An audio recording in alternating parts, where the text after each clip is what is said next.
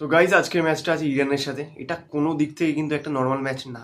এটা বিশাল বড় একটা ম্যাচ হবে ইন্ডিয়ার জন্য। কারণ এর আগের দিন তাজিকিস্তানকে হারিয়েছে, তখন কিন্তু ওরা ডমিনেট করেছে।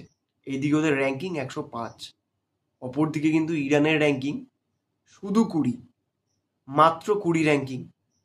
এর আগে আমরা দেখেছি যে কিভাবে তারা বড় বড় টিমের বিরুদ্ধে খেলেছে।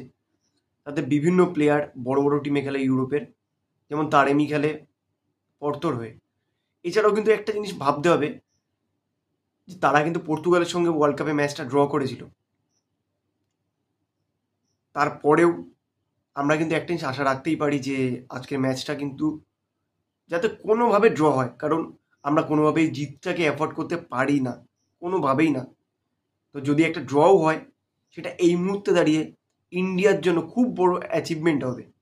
তো আমরা এইটুকুই আশা রাখতে পারি যে যে করে হোক, হ্যাঁ জানি হারের শতাংশই বেশি, 90% থেকে 95% হারের চান্স আছে, কিন্তু আমরা আশা করতেই পারি যেভাবে হোক একটা ড্র যেন আমরা পাই, সেটুকখানি আমরা আশা রাখতে পারি।